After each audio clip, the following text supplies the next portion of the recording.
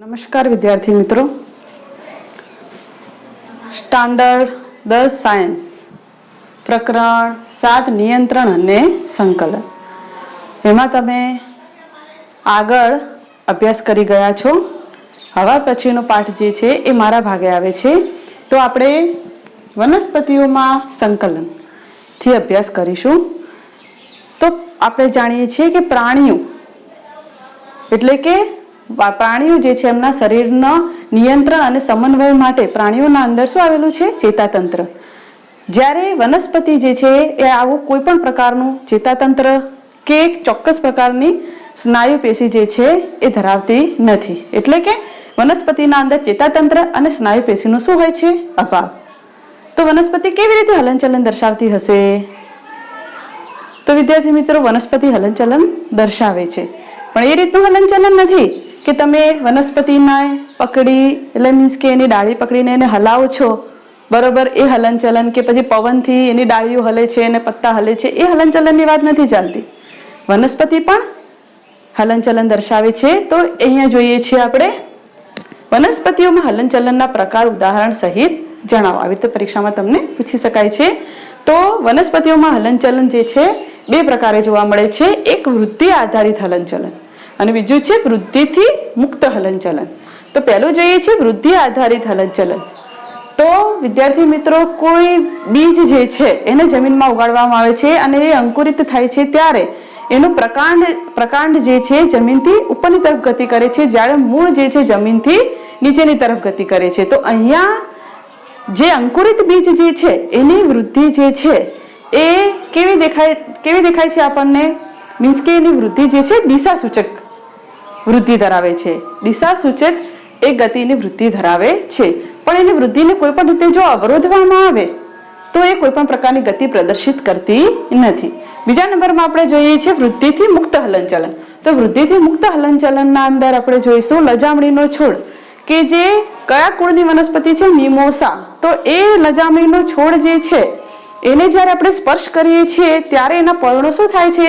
ભીડાઈ જાય છે. તો એ કેવી હલનચલન ધરાવે છે?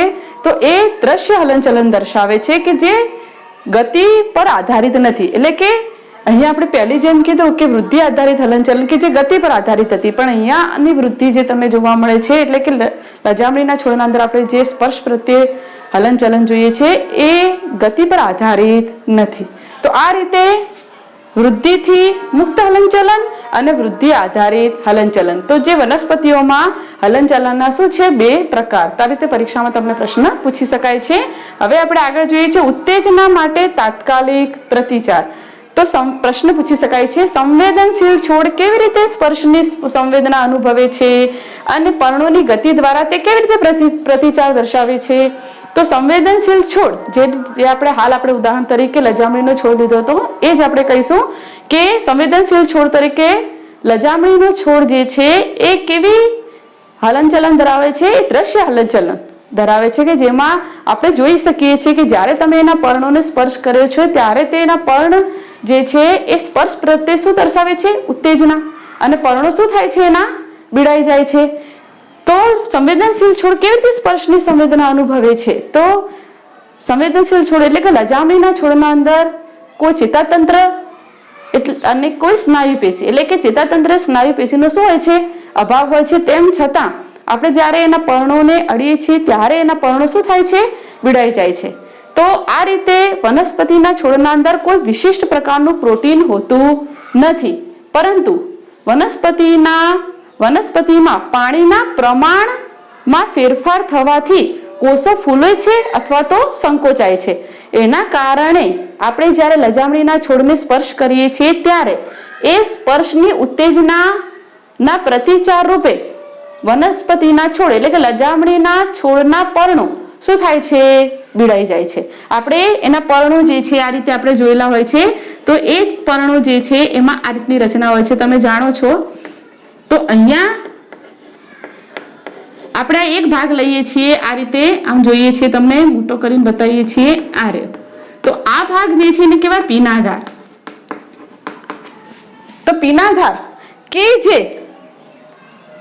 પાણીના કારણે આ જે પર્ણો જે છે એને શું આપે છે? આધાર આપે છે. ફરીથી પીનાધારના કારણે પર્ણો જે છે એ કેવા રહે છે? ટટ્ટાર રહે છે ટૂંકમાં. એમ જ્યારે આપણે સ્પર્શ કરીએ છીએ ત્યારે સ્પર્શના અંદર વીજ આવેગો ઉત્પન્ન થાય છે અને એ વીજ આવેગો જે છે એ પાણીને, એટલે કે જ્યારે આપણે આને અડીએ છીએ ત્યારે આ વીજ આવેગના કારણે પીનાધારમાંથી પાણી શું થાય છે? દૂર થાય છે. એટલે પીનાધારમાંથી જ્યારે પાણી દૂર થાય છે ત્યારે કોષો શું થઈ જાય છે? સંકોચાઈ જાય છે અને પર્ણો જે છે પછી ધીમે ધીમે શું થઈ જશે? આ રીતે બીડાઈ જશે. તો અહીંયા આપણે હાલ જ વાત કરી કે વનસ્પતિ જે છે એ પાણીના પ્રમાણમાં ફેરફાર કરી એના કોષો જે છે સંકોચાય છે કે ફૂલે છે.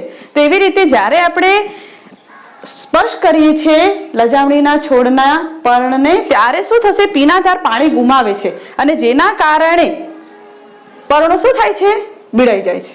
તો આ રીતે વનસ્પતિમાં પાણીના ફેરફારના કારણે હલનચલન જોવા મળે છે. તો અહીંયા આ રીતે તમે જવાબ લખી શકો છો. વનસ્પતિઓમાં ત્રીજો પ્રશ્ન જોઈએ છીએ. વનસ્પતિઓમાં સંકલન પ્રાણીઓના સંકલનથી કેવી રીતે અલગ પડે છે? તો વનસ્પતિઓમાં સંકલન પ્રાણીઓના સંકલનથી કેવી રીતે અલગ પડે છે? તો પહેલી બાબત તો આપણે વારંવાર કહી દીધી કે પ્રાણીઓના અંદર સંકલન અને નિયંત્રણ માટે ચેતાતંત્ર આવેલું છે, જ્યારે વનસ્પતિના અંદર ચેતાતંત્ર કે સ્નાયુ પેશી આવેલી હોતી નથી. બીજા નંબરમાં જોઈએ છે તો વનસ્પતિના અંદર કોઈ વિશિષ્ટ પ્રકારનું પ્રોટીન આવેલું હોતું નથી. તેમ છતાં વનસ્પતિમાં હાલ આપણે વાત કરી કે પાણીના પ્રમાણના કારણે વનસ્પતિ તેનો આકાર બદલી શકે છે. એટલે કે કેવી રીતે? હાલ આપણે કીધું જો કોષોના અંદર પાણી ભરપૂર હશે તો શું થશે? કોષો ફૂલી જશે અને પાણી નહીં હોય તો કોષો શું થઈ જશે? સંકોચાઈ જશે. આ રીતે વનસ્પતિના આકારમાં શું થાય છે? ફેરફાર. ત્રીજા નંબરના અંદર જોઈએ તો પ્રાણીઓના અંદર કોષો સંદેશાના વહન માટે ચોક્કસ પેશી આવેલી હોય છે, જ્યારે વનસ્પતિના અંદર આવી કોઈ પેશી આવેલી હોતી નથી. તેમ છતાં વનસ્પતિના અંદર સંદેશાના વહન માટે વીજ આવેગો અને રસાયણના કારણે વનસ્પતિમાં એક કોષોથી બીજા કોષો સુધી સંદેશાનું શું થાય છે? વહન થાય છે. તો આ રીતે પ્રાણીઓમાં સંકલન અને વનસ્પતિઓમાં સંકલન કેવી રીતે અલગ પડે છે? તો તમે આ 3 મુદ્દા લખી અને જવાબ આપી શકો છો. હવે વિદ્યાર્થી મિત્રો, આપણે આગળ વનસ્પતિમાં હલનચલનમાં 2 પ્રકારમાં પહેલો પ્રકાર જોયો હતો વૃદ્ધિને કારણે હલનચલન. એમાં આપણે એક પ્રશ્ન લઈએ છીએ, વટાણામાં વૃદ્ધિ આધારિત હલનચલન સમજાવો. તો વટાણાનો છોડ જે છે એ કોઈ વનસ્પતિ કે અન્ય આધારના સંપર્કમાં આવે છે ત્યારે સૂત્રોની મદદથી તે વનસ્પતિ કે અન્ય આધાર પર વીંટળાઈ જાય છે. તો વટાણાના છોડની વૃદ્ધિ આધારિત હલનચલનમાં એના સૂત્રો જે છે જે આધાર અથવા તો અન્ય છોડના સંપર્કમાં હોય છે ત્યારે સૂત્રોનો અન્ય છોડ કે આધારની નજીકનો ભાગ જે છે એ વૃદ્ધિ પામતો નથી, પરંતુ આધારથી દૂર રહેલો ભાગ જે છે ઝડપથી વૃદ્ધિ પામે છે. તો આ રીતે ઝડપથી વૃદ્ધિ પામતા સૂત્રો જે છે એ અન્ય આધાર કે અન્ય વનસ્પતિમાં વીંટળાવવા માટે મદદરૂપ થાય છે. તો આ રીતે વટાણાનો છોડ જે છે સૂત્રોની મદદથી અન્ય વનસ્પતિ કે આધાર પર એ શું પામે છે? વૃદ્ધિ પામે છે.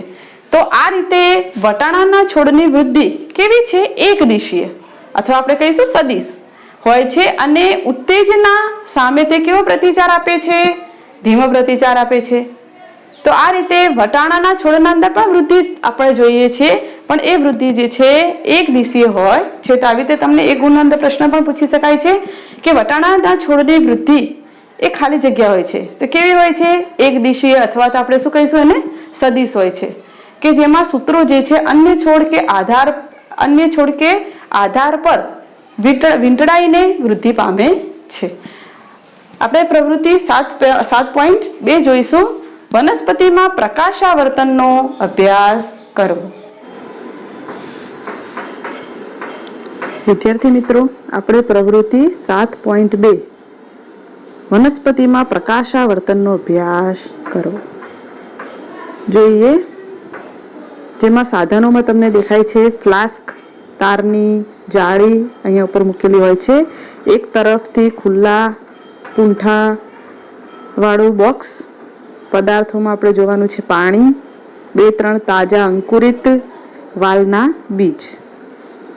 હવે આગળ જોઈએ છે વિદ્યાર્થી મિત્રો, એક શંકુ આકારના ફ્લાસ્કને પાણીથી ભરી લો. ફ્લાસ્કની ગ્રીવાને તારની જાળીથી ઢાંકી દો. ગ્રીવા એટલે એના કંઠ ભાગ કહી શકાય. આ રીતનો આ વાળો ભાગ, આ કે જેને આપણે જાળીથી શું કરી દેવાનું છે, ઢાંકી દેવાનું છે. એક તાજો નાનો વાલનો છોડ તારની છોડ જાળી પર એવી રીતે રાખી દો કે તેના મૂળ પાણીમાં પલળેલા રહે. એટલે આપણે અંકુરિત એક વાલનો છોડ લેવાનો છે અને એને આવી રીતે રાખવાનો છે કે જેના મૂળ પાણીની અંદર રહે, જ્યારે જે પ્રકાંડવાળો ભાગ એ બહારની તરફ રહે. એક બાજુથી ખુલ્લા એવા પૂંઠાનું એક બોક્સ લો. તો તમે જોઈ શકો છો કે આપણે આ એક બોક્સ લીધેલું છે. આ બોક્સ કે જે એક તરફથી કેવું છે, ખુલ્લું છે. ફ્લાસ્કને બોક્સમાં એવી રીતે મૂકો કે જેથી બોક્સની ખુલ્લી બાજુએથી બારી તરફથી જ્યાંથી પ્રકાશ આવે છે તે રીતે ગોઠવો. આપણે જોઈ શકો છો કે આપણે અહીંયા છોડને એવી રીતે ગોઠવવાનું છે અને બોક્સને પણ એવી રીતે ગોઠવવાનું છે કે જેનો બોક્સનો ખુલ્લો ભાગ કઈ તરફ રહે, બારી તરફ રહે. 2-3 દિવસ પછી જોશો કે પ્રરોહ પ્રકાશની તરફ વળી જાય છે અને મૂળ પ્રકાશથી દૂર થતું જાય છે. તમે શું જોઈ શકો છો કે પ્રકાંડવાળો ભાગ જે છે એ કઈ તરફ વળેલો તમને દેખાય છે. જુઓ કે જ્યાંથી બારીમાંથી શું આવે છે, સૂર્ય પ્રકાશ ત્યાં તરફ. જ્યારે મૂળ જે છે એ પ્રરોહ એટલે કે પ્રકાશથી કઈ તરફ જાય છે, દૂર. પ્રકાશ તરફ પ્રકાંડવાળો ભાગ છે, જ્યારે મૂળવાળો ભાગ જે છે તમે જોઈ શકો છો પ્રકાશથી કેવો છે, દૂર છે. હવે ફ્લાસ્કને એ પ્રકારે ફેરવો કે પ્રરોહ પ્રકાશથી દૂર અને મૂળ પ્રકાશ તરફ થઈ જાય. તેને આ અવસ્થામાં કેટલાક દિવસ માટે ખલેલ પહોંચાડ્યા વગર મૂકી રાખો. હવે તમારે આ જે ફ્લાસ્ક છે ને એને ફેરવી દેવાનું છે. એટલે આ મૂળવાળો ભાગ પ્રકાશ તરફ રહેવો જોઈએ અને પ્રકાંડવાળો ભાગ કઈ તરફ રહેવો જોઈએ, પ્રકાશથી દૂર. અને એવું તમારે એને ખલેલ પહોંચાડ્યા વગર 2-3 દિવસ માટે મૂકી રાખવાનો છે. શું પ્રરોહ અને મૂળ પોતાના જૂના ભાગોની દિશા બદલી નાખે છે? તો આપણે શું જવાબ આપી શકીએ છીએ? હા. પ્રરોહ હંમેશા પ્રકાશ તરફ રહેવા એટલે કે ધન પ્રકાશાવર્તન અને મૂળ હંમેશા પ્રકાશથી દૂર રહેવા એટલે કે ઋણ પ્રકાશનું વર્તન દર્શાવવા તેમની દિશા બદલે છે. તો ફરીથી વિદ્યાર્થી મિત્રો આપણને શું પ્રશ્ન કર્યો છે? શું પ્રરોહ અને મૂળ ના જૂના ભાગો તેમની દિશા બદલી શકે છે? તો હા, બદલી શકે છે. કેમ? કારણ કે હંમેશા પ્રરોહ એટલે કે પ્રકાંડ જે છે ને એ પ્રકાશ તરફ જ રહે છે, જ્યારે મૂળ જે છે હંમેશા પ્રકાશથી કેવું રહે છે, દૂર રહે છે. શું આ તફાવત નવી વૃદ્ધિની દિશામાં છે? તો ના. વૃદ્ધિની દિશા એ પર્યાવરણની ઉત્તેજનાને અનુસરે છે. વૃદ્ધિ જે છે હંમેશા કોને અનુસરે છે અથવા તો કઈ ઉત્તેજનાને અનુસરે છે? તો એ પર્યાવરણની ઉત્તેજનાને અનુસરે છે. એટલે કે પર્યાવરણને અનુકૂલિત થઈ છોડ જે છે એને વૃદ્ધિ જોવા મળે છે. આ પ્રવૃત્તિથી આપણે શું નિર્ણય લઈશું? તો આ પ્રવૃત્તિથી આપણે શું શીખ્યા? આ પ્રવૃત્તિ પરથી આપણે નિર્ણય લઈ શકીએ કે પ્રરોહ જે છે હંમેશા કઈ તરફ ધન પ્રકાશાવર્તન અને મૂળ હંમેશા કઈ તરફ આવર્તન દર્શાવે છે? તો ઋણ પ્રકાશાવર્તન દર્શાવે છે. આગળ જોઈએ વિદ્યાર્થી મિત્રો, આવર્તનનો અર્થ શું છે? ઉદાહરણ સાથે સમજાવો. તો વનસ્પતિના અંગમાં હલનચલન બાહ્ય અને કેવું છે, સદિશ્ય ઉત્તેજનાને અનુરૂપ દર્શાવાય છે. તેને આપણે શું કહીશું? આવર્તન. એટલે કે વનસ્પતિના અંગમાં હલનચલન આપણને જોવા મળે છે. શેના કારણે છે? બાહ્ય અને સદિશ્ય ઉત્તેજનાને કારણે. તેમાં આપણે જોઈ ગયા બાહ્ય, તો આપણે લજામણીના છોડના પળને જ્યારે આપણે અડીએ છીએ ત્યારે બીડાઈ જાય છે. તો અહીંયા બાહ્ય ઉત્તેજના શું છે? સ્પર્શની. એવી રીતે સદિશ્ય ઉત્તેજનામાં આપણે વટાણાના છોડ વાળો પ્રશ્ન આગળ ભણી ગયા કે વટાણાના છોડના અંદર વૃદ્ધિ સમજાવો, અથવા તો વૃદ્ધિ આધારિત હલનચલનના અંદર વટાણાના છોડના અંદર આપણે જોયું કે એના સૂત્રો જે છે આધારને અથવા અન્ય વનસ્પતિ જે છે એના પ્રત્યે ઉત્તેજના અનુભવી અને એની આસપાસ શું થતા હતા? વીંટળાઈ જતા હતા. તો અહીંયા એ કેવી ઉત્તેજના ધરાવતા હતા? સદિશીય, એક દિશીય ઉત્તેજનાના કારણે તે આધારની આસપાસ વીંટળાઈને શું કરે છે? વૃદ્ધિ કરે છે. તો અહીંયા વનસ્પતિના અંગમાં હલનચલન જોવા મળે છે. શેના કારણે? બાહ્ય અને સદિશીય ઉત્તેજનાને અનુરૂપ તે દર્શાવાય છે. તેને આપણે શું કહીશું? આવર્તન. આવર્તનને શું કહીશું? ટ્રોપિઝમ. ઇંગ્લિશમાં શું કહીશું આપણે? આવર્તનને ટ્રોપિઝમ. એટલે કે વનસ્પતિના અંગમાં જે પણ હલનચલન જોવા મળે છે, જે પણ આવર્તન જોવા મળે છે, એ આવર્તન કોના કારણે છે? બાહ્ય અને સદિશીય ઉત્તેજનાને કારણે. જો વનસ્પતિના અંગની વૃદ્ધિ ઉત્તેજના પ્રેરતા પરિબળની દિશા તરફ હોય, ફરીથી જો વનસ્પતિ અંગની વૃદ્ધિ ઉત્તેજના પ્રેરતા પરિબળની દિશા તરફ હોય તો તેને આપણે કહીશું ધન આવર્તન. શું કહીશું આપણે? ધન આવર્તન. અને જો ઉત્તેજના પ્રેરતા પરિબળની વિરુદ્ધ દિશામાં હોય તો તેને આપણે કહીશું ઋણ આવર્તન. ઉત્તેજના પ્રેરતા પરિબળ એટલે કે વનસ્પતિ શેના દ્વારા એના અંગમાં આપણને હલનચલન જોવા મળે છે? તો એ હલનચલન પ્રેરતા પરિબળો જેને આપણે કહીશું ઉત્તેજના પ્રેરતા પરિબળો કયા કયા છે? તો પ્રકાશ, ગુરુત્વાકર્ષણ, પાણી, રસાયણ અને સ્પર્શ. આ જે છે તમને પરિબળો દેખાય છે. એ પરિબળોના આધારે વનસ્પતિના અંગમાં શું થાય છે? ફેરફાર એટલે કે હલનચલન. વનસ્પતિ શું દર્શાવે છે? હલનચલન. આગળ જોઈએ છે વનસ્પતિ અંગોની પ્રતિક્રિયાના આધારે આવર્તનના પ્રકારો. તો વનસ્પતિના અંગોની પ્રતિક્રિયા ના આધારે આવર્તનના કેટલા પ્રકારો છે? તો કેટલા પ્રકારો છે? 5. તો ફરીથી વનસ્પતિ અંગોની પ્રતિક્રિયા ના આધારે આવર્તનના પ્રકારો એટલે આવર્તન ઉત્તેજના પ્રેરતા પરિબળો કયા છે? આ 5 તમને દેખાય છે. એના આધારે વનસ્પતિના અંગોના અંદર શું જોવા મળે છે? પ્રતિક્રિયા. તો આ રીતે વનસ્પતિના અંગોના અંદર જે પ્રતિક્રિયા જોવા મળે છે, જેના આધારે પ્રતિક્રિયા ધરાવે છે, એવા આવર્તન ધરાવતા પરિબળો, એવું આવર્તન ધરાવતા પરિબળોના આધારે આવર્તનના કેટલા પ્રકાર છે? 5. તો પરિબળો આ રહ્યા 5. એ પરિબળોના આવર્તનના કારણે વનસ્પતિના અંગોના અંદર શું જોવા મળે છે? આપણને પ્રતિક્રિયા. તેવા કેટલા પ્રકાર આપણને દેખાય છે? 5. જોઈ લઈએ છે પ્રકાશ આવર્તન. તો જો પ્રકાશ આવર્તન આપણે સંધિ જોઈએ તો પ્રકાશ વત્તા આવર્તન. પ્રકાશ શું છે? પરિબળ. તો પ્રકાશ પરિબળના આધારે વનસ્પતિના અંદર આવર્તનની પ્રક્રિયા જોવા મળે છે અને એના પ્રતિચાર સ્વરૂપે વનસ્પતિ શું દર્શાવે છે? હલનચલન. તો આપણે જોઈએ છે પ્રકાશ આવર્તન, જેને આપણે ઇંગ્લિશમાં કહીશું ફોટોટ્રોપિઝમ. બીજું છે ભૂ આવર્તન, જેને કહીશું જીઓટ્રોપિઝમ. ત્રીજું છે જલાવર્તન, જેને કહેવાય હાઇડ્રોટ્રોપિઝમ. રસાયણ વર્તન, જેને કહેવાય કેમોટ્રોપિઝમ. અને સ્પર્શાવર્તન, જેને કહેવાય થિગ્મોટ્રોપિઝમ. તો અહીંયા આ બધા શું છે? વનસ્પતિના અંગોની પ્રતિક્રિયાના આધારે આવર્તનના પ્રકાર.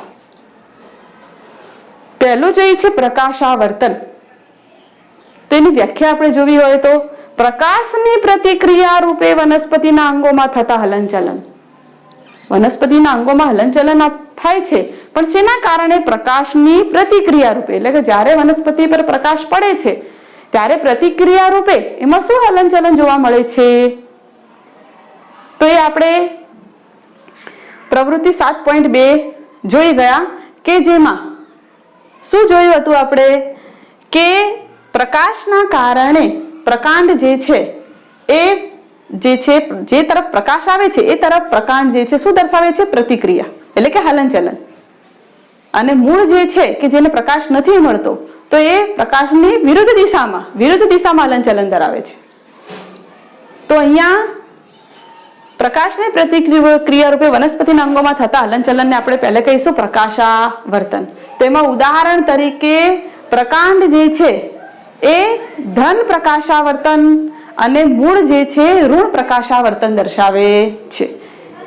બીજા નંબરમાં ભૂ આવર્તન, જેને કહેવાય જીઓટ્રોપિઝમ. તો આ રીતે જ વ્યાખ્યા આપણે બોલીએ તો અહીંયા ભૂ આવર્તન એના માટે કયો પરિબળ આધારિત છે? ગુરુત્વાકર્ષણ. ગુરુત્વાકર્ષણની પ્રતિક્રિયા રૂપે વનસ્પતિના અંગોમાં થતા હલનચલનને આપણે શું કહીશું? ભૂ આવર્તન. તો એમાં ઉદાહરણ તરીકે મૂળ જે છે, મૂળ તંત્ર એ ધન ભૂ આવર્તન, જ્યારે પ્રકાંડ જે છે એ ઋણ ભૂ આવર્તન ધરાવે છે. મૂળ તમે જાણો છો કે વનસ્પતિ ગુરુત્વાકર્ષણ બળ એના અંદર એક ગુરુત્વાકર્ષણ બળ કે જે આપણને એક નીચેની તરફ ખેંચતું એક અદ્રશ્ય બળ છે. તો અહીંયા મૂળ જે છે એ કઈ તરફ ગતિ કરે છે? નીચેની તરફ. તો ગુરુત્વાકર્ષણ બળ નીચેની તરફ લાગે છે. તો આ રીતે મૂળ જે છે એ નીચેની તરફ આવર્તન દર્શાવે છે. તો અહીંયા આપણે એને શું કહીશું? ધન ભૂ આવર્તન. ભૂ આવર્તન તો આપણે જોવાનું છે, પણ મૂળ તંત્રમાં ધન ભૂ આવર્તન, જ્યારે પ્રકાંડ એની વિરુદ્ધ દિશાના અંદર આવર્તન દર્શાવે છે એટલે આપણે એને કહીશું પ્રકાંડમાં ઋણ ભૂ આવર્તન. જ્યારે આપણે પ્રકાશ આવર્તનમાં બોલીએ છીએ તો પ્રકાશ તરફ પહેલું આવર્તન પ્રકાંડ ધરાવે છે એટલે ત્યાં આપણે એમ બોલીશું પ્રકાંડના અંદર આપણે બોલીશું ધન પ્રકાશ આવર્તન અને મૂળ તંત્રમાં ઋણ પ્રકાશ આવર્તન. આમાં આપણે વિરુદ્ધ બોલીશું. મૂળ તંત્રમાં ધન ભૂ આવર્તન અને પ્રકાંડમાં ઋણ ભૂ આવર્તન. આગળ જોઈએ છે જલાવર્તન, જેને કહેવાય હાઇડ્રોટ્રોપિઝમ. આ આગળ આપણે પ્રવૃત્તિ જોવાના છીએ. તો જલાવર્તન જે છે અહીંયા આપણે શું બોલીશું? પરિબળ પાણી. જેમ અહીંયા પરિબળ શું બોલ્યા? પ્રકાશ.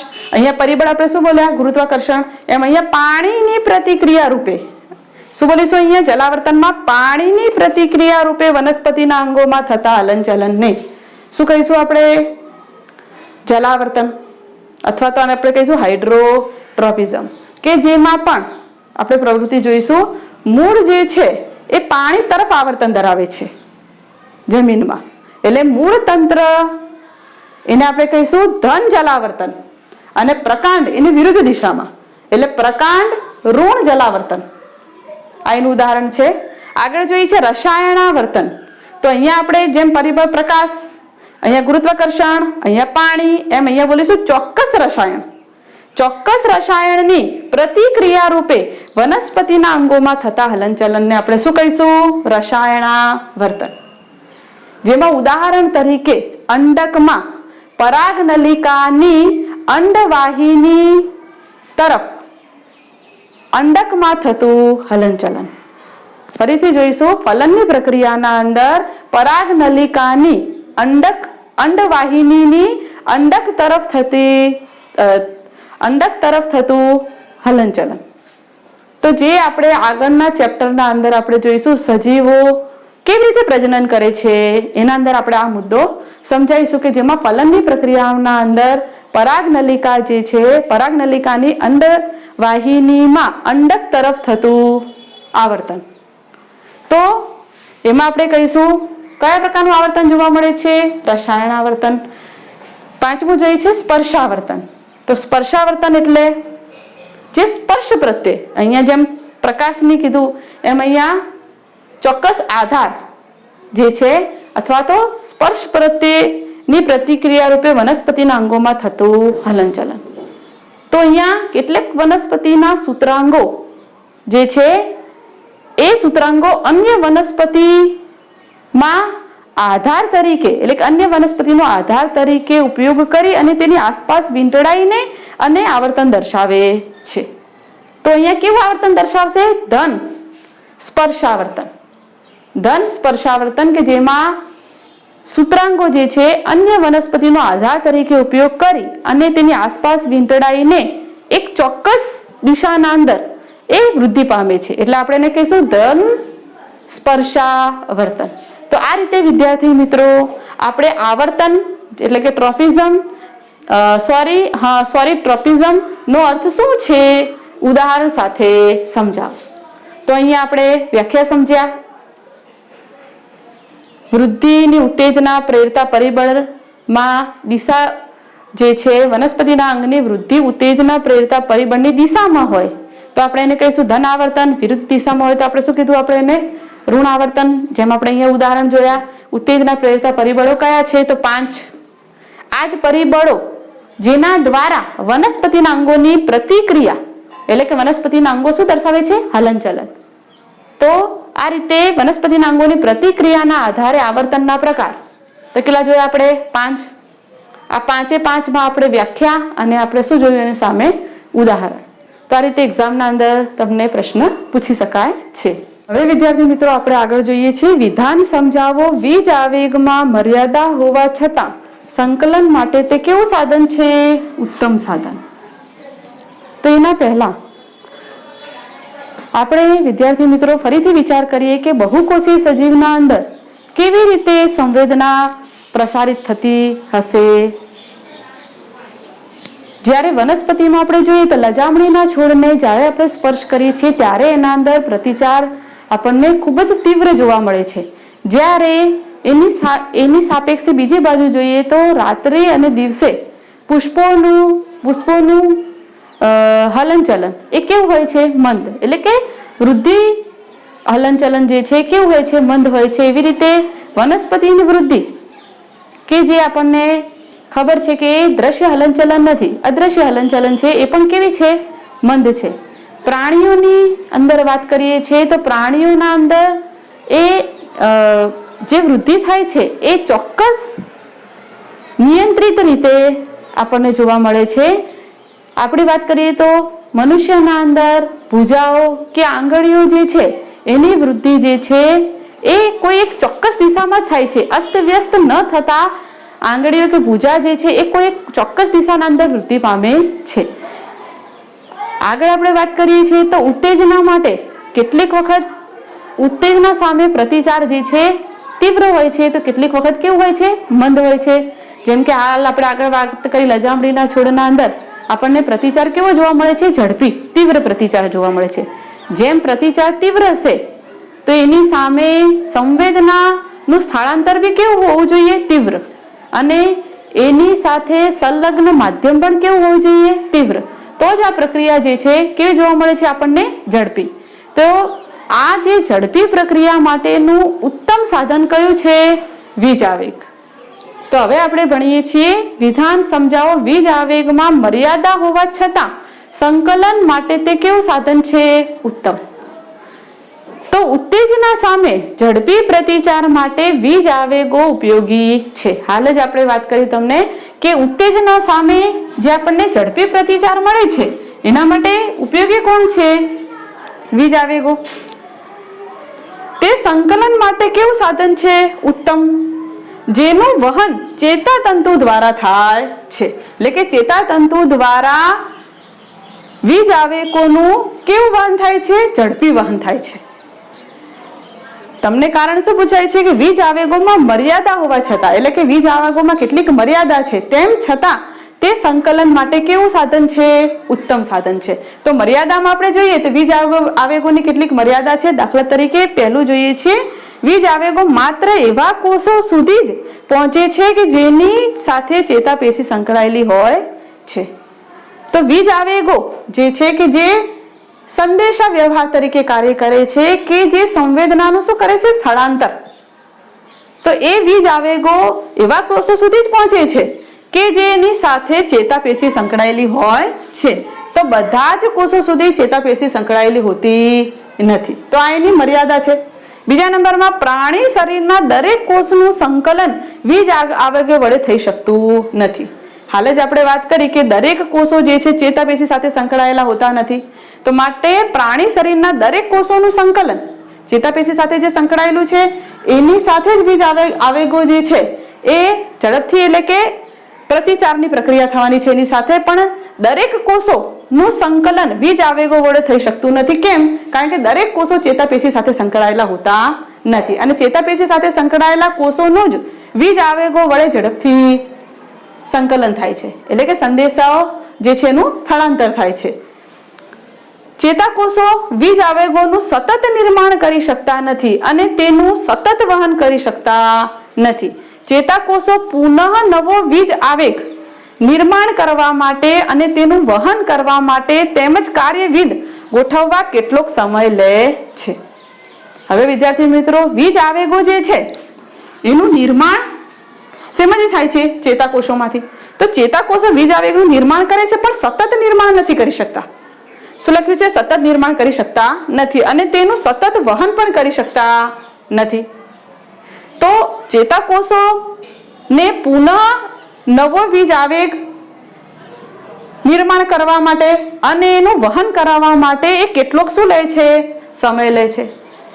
જો વિદ્યાર્થી મિત્રો, સંદેશાનું વહન જે છે, આપણે હાલ કીધું બહુકોષી સજીવો જે છે કે જેના અંદર સંદેશાનું વહન જે છે એટલે કે સ્થળાંતર જે છે એક કોષથી બીજા કોષો સુધી ઝડપી થવું જોઈએ અને એ ઝડપી સ્થળાંતર થવા માટે વીજ આવેગો એ ઉત્તમ સાધન છે.